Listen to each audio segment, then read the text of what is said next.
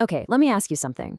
What if your greatest strength, your expertise, was also your biggest blind spot? It's a wild thought, isn't it? Today, we're going to dive into this timeless idea, one that connects ancient Zen wisdom with modern cognitive science. It's all about the hidden danger of being an expert and the surprising power you find when you admit you don't have all the answers. And believe it or not, it all starts with a story about a cup of tea that's way, way too full. And boom, here it is. This is the heart of the matter. These words were spoken by a Zen master named Nanin to a man who thought he knew it all. It's such a powerful challenge, right? How can you possibly learn anything new if you're convinced your mind is already full? So let's set the scene. You've got this university professor, a guy whose mind is just packed with facts and awards. He decides he wants to understand Zen, so he goes to see the master, Nanin. But he doesn't show up with an empty, curious mind. Nope. He comes with a briefcase full of his own opinions, ready to just add Zen to his collection of knowledge. Nanin, he welcomes the professor and offers him some tea. He fills the cup right up to the brim. But then, as the professor's about to start talking, Nanin just keeps on pouring. The tea spills over, making this silent, steaming puddle on the saucer and the table. The professor, of course, is totally confused. He yells out, "Stop! It's overflowing! No more will go in!"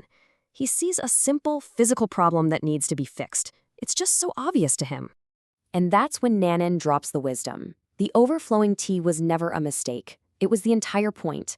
That cup, it was a perfect metaphor for the professor's mind, so cluttered with everything he already knew that there was zero room for anything new. And this ancient story, well, it points to a problem that's more relevant today than ever. This story leads us right into our first big idea, the expert's trap. It's this fascinating paradox where our greatest strength, all our knowledge, can actually become our biggest weakness. The Zen master Shunryu Suzuki put it perfectly. He said, "In the beginner's mind, there are many possibilities, but in the expert's, there are few." I mean, think about that. A beginner's mind is wide open. It's curious. It's okay with being wrong. But the expert's mind? That can become like a filter, seeing the world only through the lens of what it already knows for sure. And this isn't just some philosophical idea. Modern psychology actually has a name for it, the intelligence paradox. It's this completely counterintuitive notion that being really smart can sometimes work against you. See, highly intelligent people are often fantastic at building arguments to defend what they believe.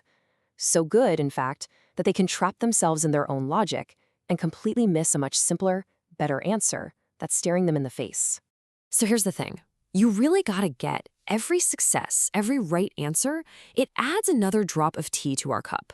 And over time, that cup doesn't just get full. The stuff inside can harden, like cement, into a solid block of certainty.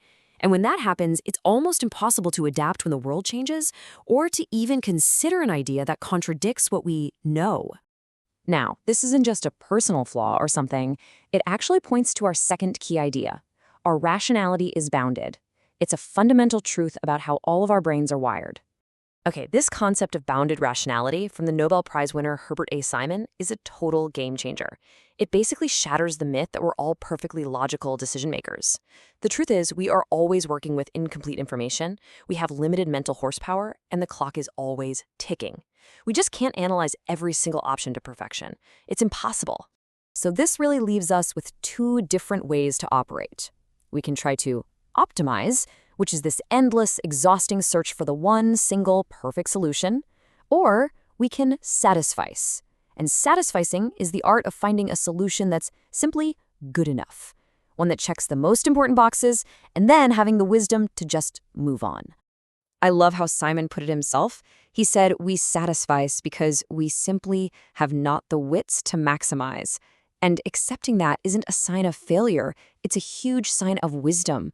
It's about emptying our cup of the need for perfection so we can make room for what actually works. So if our minds are naturally limited and we can get trapped by our own expertise, what's a practical way out? Well, that brings us to our third section, the power of dumb questions.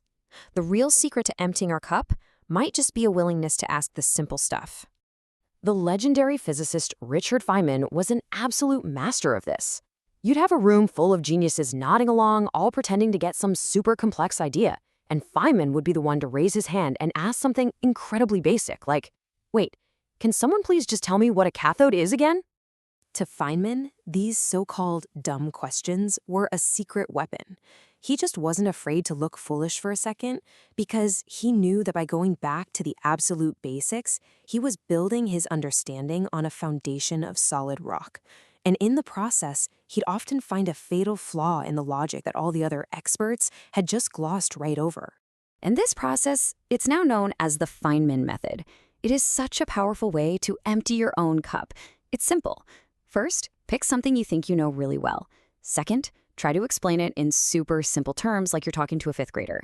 Third, and this is the key, notice where you get stuck, where you stumble or have to use jargon. That's it. That's your signal to go back, fill your cup with some real clarity, and then try to simplify it again. All right, let's tie this all together in our final section. Cultivating a beginner's mind. The path forward from ancient Zen stories to modern science is all about consciously choosing to stay open. In Zen, there's a word for this, shoshin. It's this beautiful idea that doesn't mean being ignorant, it just means being receptive. It's an attitude of curiosity and wonder, totally free from the rigid habits of the expert. It's a mind that is truly ready for anything. So, what have we learned here? What are the big takeaways? First, a mind that's overflowing with certainty has no room to learn. Second, watch out for the expert's trap. Your own smarts can actually fool you. Third, embrace your limits. Aim for good enough instead of trying to be perfect. And finally, use the incredible power of dumb questions to build an understanding that's real and solid. And so, let's end with a question for you to take with you. We all have these beliefs that feel like solid facts, things we just know are true. So take a quiet moment and ask yourself, what's one belief in your cup that might be overflowing right now? What certainty could you let go of today, just to make a little room for something new?